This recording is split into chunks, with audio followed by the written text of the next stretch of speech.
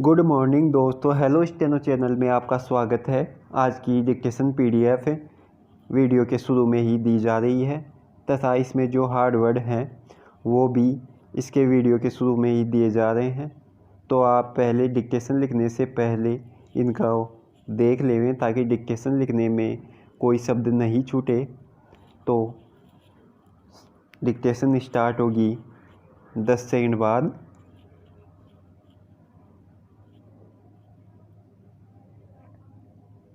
Start.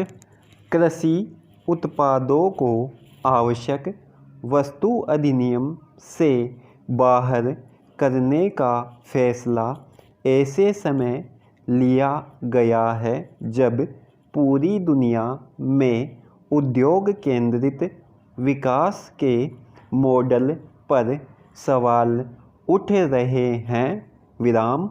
गौरतलब है कि कुछ दशकों से औद्योगिक प्रगति के कारण गांवों से शहरों में पलायन देखने को मिल रहा था। अब अचानक कोविड-19 संक्रमण के कारण बड़ी संख्या में प्रवासियों के गांवों की ओर लौटने का सिलसिला चल पड़ा है। माना जा रहा है कि देश को आत्मनिर्भर बनाने के लिए ग्रामीण अर्थव्यवस्था को मजबूत करना जरूरी होगा।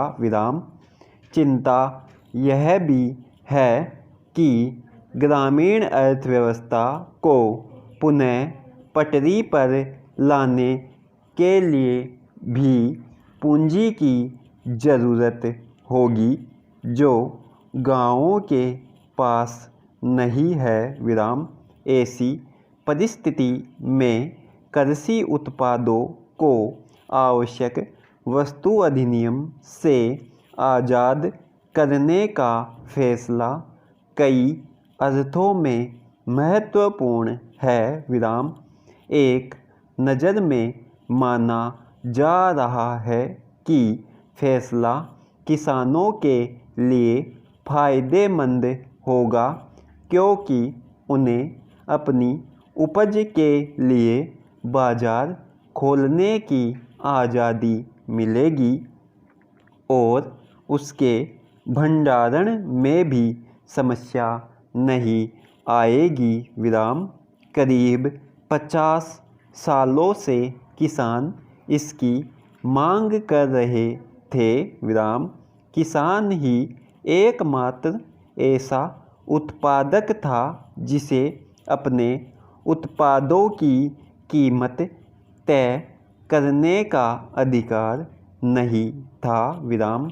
आम लोगों को सस्ते में खाद्य सामग्री उपलब्ध कराने और जमाखोरी रोकने के उद्देश्य से ज़्यादातर कृषि उत्पादों को वर्ष 1955 में बने आवश्यक वस्तु अधिनियम के दायरे में रखा गया था।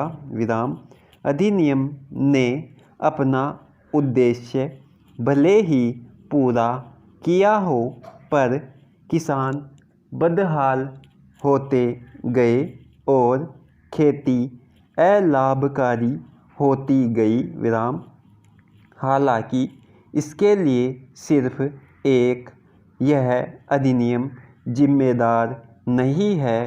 पैरा अब यह विचार करने योग्य है कि कृषि उत्पादों को आवश्यक वस्तु अधिनियम में रखने के जो तर्क दिए गए थे उनका क्या होगा।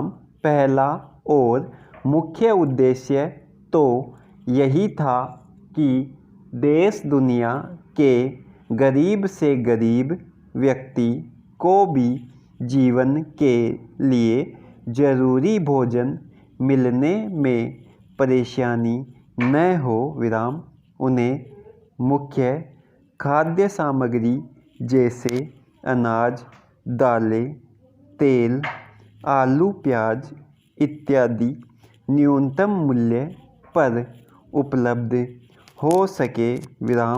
जब किसान अपने उत्पादों की कीमत बाजार में मांग आपूर्ति के नियमों से संचालित होकर तय करेगा और भंडारण की भी कोई सीमा नहीं होगी, तो क्या अन्य उपभोक्ता वस्तुओं की तरह भोजन भी काफ़ी महंगा नहीं हो जाएगा?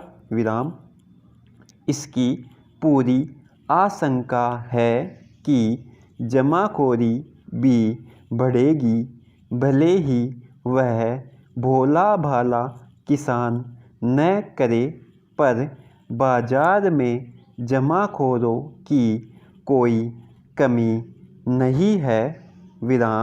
आवश्यक वस्तु अधिनियम के दायरे में होने के बावजूद हम समय समय पर इस बात के साक्षी रहे हैं कि किस तरह जमाखोरों ने आलू, प्याज या दालों की किल्लत पैदा कर मुनाफा कमाया है।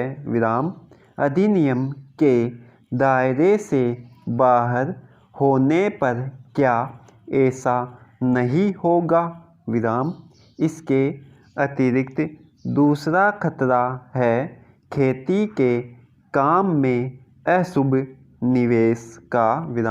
यानी ऐसा निवेश जिसका उद्देश्य किसी भी तरह सिर्फ मुनाफा कमाना होता है। कहीं ग्रामीण अर्थव्यवस्था को मजबूती देने के नाम पर गाँवों में अशुभ निवेश का रास्ता तो नहीं खोल दिया गया, जो अब तक शहरी अर्थव्यवस्था या औद्योगिक विकास की नींव में इस्तेमाल होता रहा है। डर यह है कि कहीं किसान फिर ठगे न जाए। किसान को चाहिए कि इन चिंताओं का समाधान करे। समाप्त। दोस्तों, यह डिक्टेशन 5 जून 2020 की न्यूज़पेपर डिक्टेशन से ली गई है।